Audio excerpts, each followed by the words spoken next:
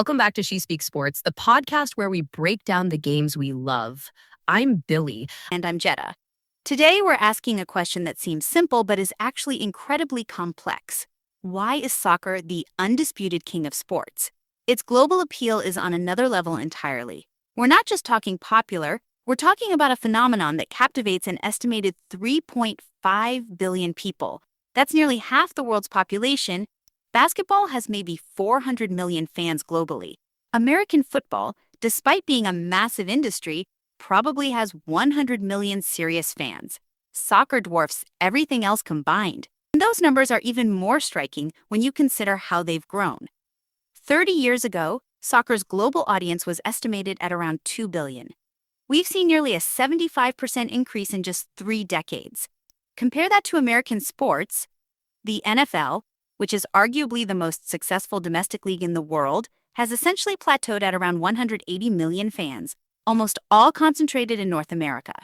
Soccer's growth trajectory is unlike anything we've seen in sports history. I think the answer begins with its core design, Jetta. It is the most accessible game in the world, and I mean that in every possible way. Think about it compared to almost any other major sport.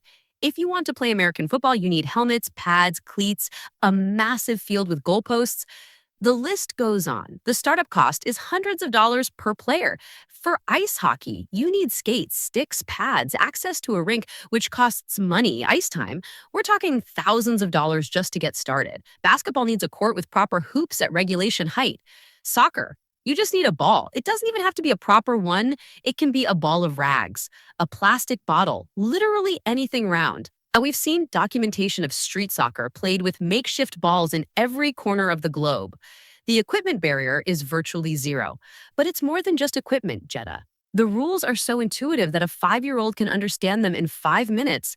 Don't use your hands, kick the ball into the goal. That's basically it. But here's where I want to challenge that accessibility argument a bit, Billy. Running is more accessible than soccer? You literally need nothing. Swimming, in many parts of the world, requires zero equipment. Yet neither of those sports commands anything close to soccer's global following outside of Olympic years. So accessibility alone can't explain soccer's dominance. There has to be something about the sport itself that makes it more compelling as a spectator experience. So the simplicity is the entry point. I get that. Any open field, a park, a beach, or even a dusty street can become your pitch. That's why you see it played everywhere, from the favelas of Brazil to the immaculate school fields in Germany. But doesn't that just explain why people play it? It doesn't quite explain why billions of people watch it. I think it does, indirectly, but in a more sophisticated way than other sports. Because so many people have played it, they understand the skill involved on an almost visceral level. They've tried to curve a ball around a defender, they've attempted to place a shot in the corner of the goal, they've tried to stop a fast-moving opponent while staying on their feet. They have a physical, intuitive understanding of the game that creates empathy with what they're watching. There's a shared global language of the sport that doesn't require complex statistical knowledge to appreciate. You see Messi thread a pass through 3 defenders, and even if you've never heard of Messi before, you know that was extraordinary because you've tried to do something similar and failed miserably. You see a brilliant goal, a stunning save, a perfectly timed tackle, and you just get it. Compare that to American football, where understanding what makes a good offensive line requires years of study, or baseball, where appreciating a good curveball demands specialized knowledge. Soccer's beauty is immediate and universal. Okay, that's a strong point. That shared experience creates a massive talent pool, which feeds into the next level, structure. And this is where I think the real power comes from.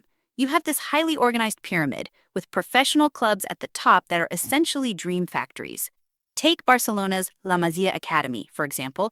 They've produced Messi, Xavi, Iniesta, Busquets, an entire generation of superstars.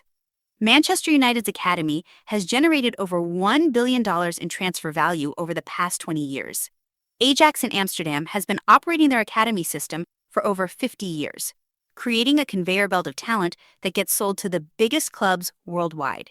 But it's not just European clubs, Santos in Brazil, River Plate in Argentina, Al Sadd in Qatar.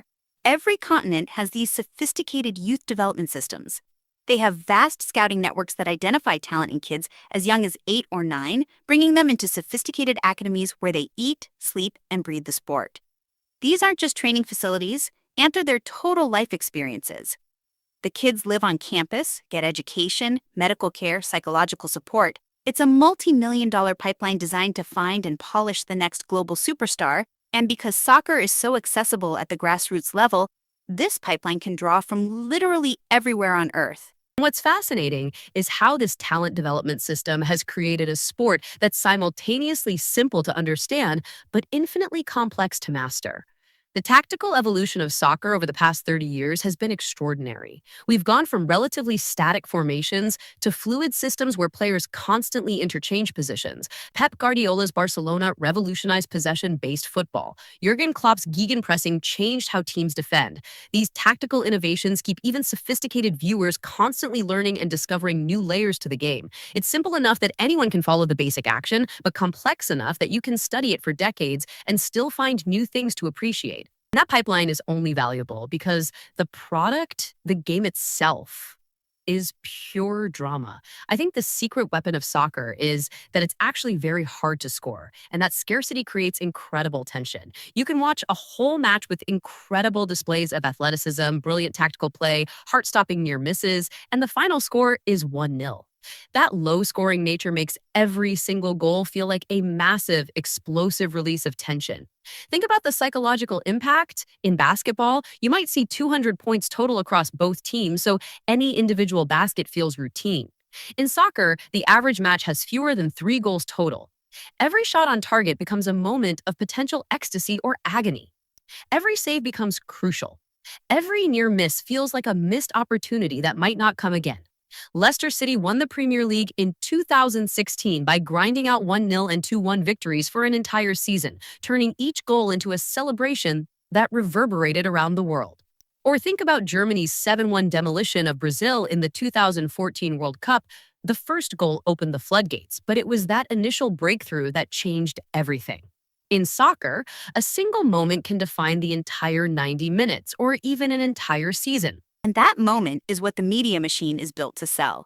That tension you're talking about is the exact product that justifies the colossal, multi-billion-dollar broadcasting deals.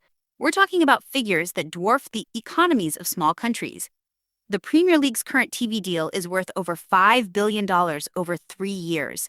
Even Bundesliga, Serie A, the Bundesliga, each of these leagues commands hundreds of millions annually just for broadcasting rights.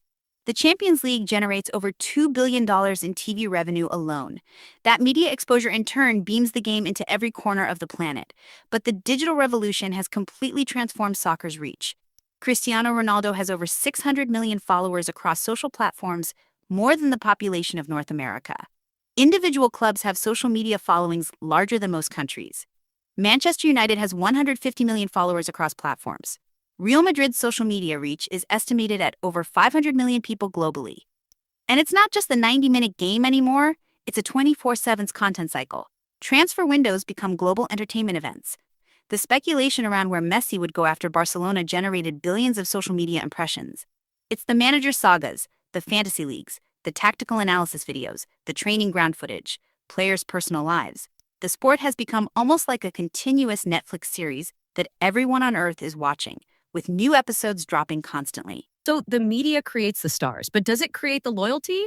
I'd argue that the fan base feels so much more authentic than just marketing. For millions, supporting a club is a core part of their identity that runs deeper than any advertising campaign could create. It's a tribal loyalty passed down through generations. Think about the cultural weight of clubs like Barcelona, which represents Catalan identity, or Celtic and Rangers in Glasgow, where religious and cultural divisions play out through football. The songs and chants in a packed stadium aren't just noise, they're cultural expressions that connect fans across generations. Borussia Dortmund's Yellow Wall, with 80,000 people creating a synchronized visual and auditory experience, represents something primal about human community. In Argentina, the rivalry between Boca Juniors and River Plate is so intense it literally divides Buenos Aires. People get married wearing their club colors. They name their children after legendary players.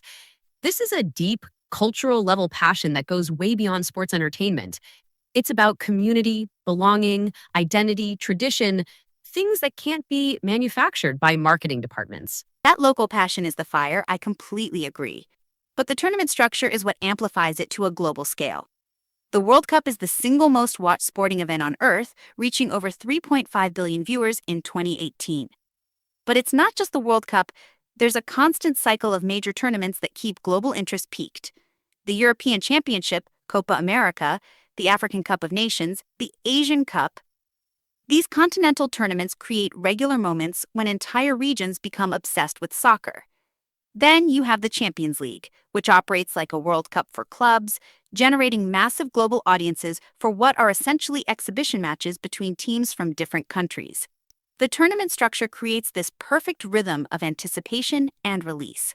Club seasons build toward continental competitions, national team cycles build toward major tournaments. It's a constant engine of dramatic storytelling. Iceland, a country with 300,000 people, captured global imagination in the 2018 World Cup partly because the tournament format allows for these David versus Goliath narratives. Croatia, with 4 million people, reached the final and created one of the most compelling underdog stories in sports. These tournaments don't just determine champions, they create legends, break hearts, and forge national memories that last for generations. And the economic ecosystem built around these tournaments is staggering. The 2018 World Cup in Russia generated over $14 billion in economic activity. FIFA's total revenue for the 2018-2022 cycle is projected at over $6 billion. But that's just the tip of the iceberg. The transfer market alone moves over $7 billion annually. When PSG paid $263 million for Neymar in 2017, that wasn't just a sports transaction. That was a geopolitical statement, a marketing investment, and a piece of financial engineering all rolled into one. The ripple effects touch everything from youth development programs in Africa to stadium construction in the Middle East to tourism revenue in European cities. Real Madrid, Barcelona, and Manchester United are valued at over $4 billion each, more than most Fortune 500 companies.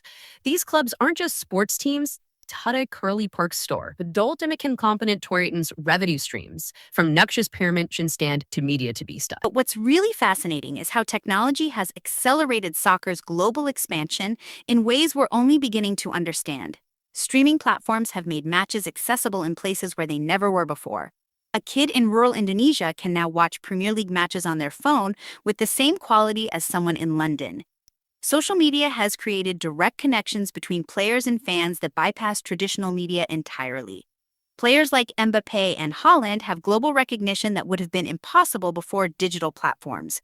The data revolution has also added new layers of engagement, expected goals, heat maps, pass completion rates that give fans new ways to understand and discuss the game. Fantasy football apps have turned casual viewers into obsessive analysts. Even video games like FIFA have become massive drivers of soccer interest, introducing the sport to audiences who might never have watched a match otherwise. EA Sports reports that FIFA is played by over 150 million people annually. That's a global audience comparable to the Super Bowl, but engaging with soccer content year-round. And we're seeing soccer's expansion into entirely new demographics and markets. The growth of women's soccer has been exponential. The 2019 Women's World Cup drew over 1 billion viewers globally, and that's with significantly less media investment than men's soccer receives. The success of players like Megan Rapinoe, Alex Morgan, and Alexia Putellas is creating new fan base segments and opening up markets that were previously untapped. In the United States, where soccer has historically struggled to gain mainstream traction, MLS has grown from 10 teams in the late 1990s to 29 teams today, with expansion fees reaching $325 million per team. New soccer powers are emerging in Asia and Africa. The Chinese Super League was spending hundreds of millions on player transfers before COVID. African leagues are producing talent that's feeding directly into European powerhouses. India, with 1.4 billion people, is just beginning to develop serious soccer infrastructure. We're looking at potentially billions of new fans coming online over the next 2 decades as these markets mature. So, if I'm tracking this conversation correctly, it sounds like we're saying you can't have one without the other. You need that simple, dramatic game as the foundation, the art, as we might call it. It's the thing anyone, anywhere can understand and connect with, regardless of the language they speak or how much money they have. And a perfectly weighted pass, a diving save, a moment of individual brilliance. These are universal human experiences that transcend cultural barriers. But that art only reaches its potential when it's amplified by sophisticated systems of development, media, and global competition. The accessibility creates the massive talent pool. The drama creates the compelling content, but it's the infrastructure that turns local passion into global phenomenon. Precisely.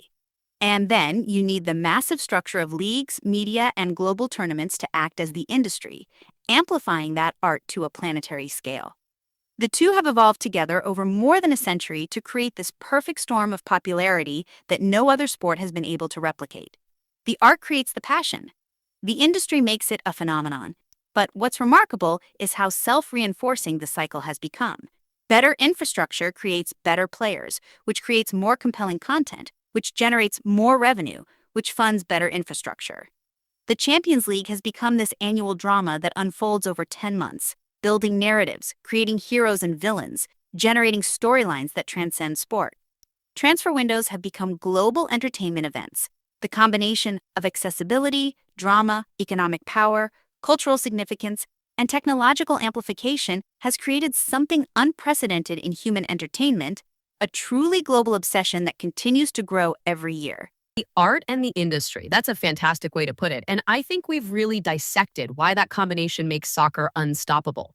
The art, the accessibility, the universal appeal, the immediate drama creates the emotional connection. The industry, the academies, the media machine, the global tournaments, the economic ecosystem amplifies that emotion to a planetary scale. That explains why the final score of a single match can bring an entire country to a standstill, why a transfer rumor can dominate global headlines for weeks, why kids in rural villages dream of playing at Wembley or the Maracanon. We've created this perfect ecosystem where grassroots passion feeds global spectacle and global spectacle inspires grassroots passion. It's a self reinforcing cycle that just keeps growing. And with emerging technologies and markets, we're probably only seeing the beginning of soccer's global dominance. What do you think, listeners? Have we captured the essence of soccer's unprecedented global appeal, or are there factors we've missed in this analysis? This has been such a fascinating deep dive into what makes soccer the world's truly universal language. From accessibility to economics, from youth development to global media, from local identity to international spectacle, soccer has managed to create a perfect storm of factors that no other sport has been able to replicate. Soccer's global dominance isn't an accident, it's the result of over a century of evolution that has aligned accessibility, drama, institutional development, and media amplification in ways that continue to expand the sport's reach year after year. Join us on the next episode of She Speaks Sports, and until then, whether you're watching the Champions League, your local league, or just kicking a ball around in your backyard, remember that you're participating in the world's most successful cultural export. In the next episode of She Speaks Sports, and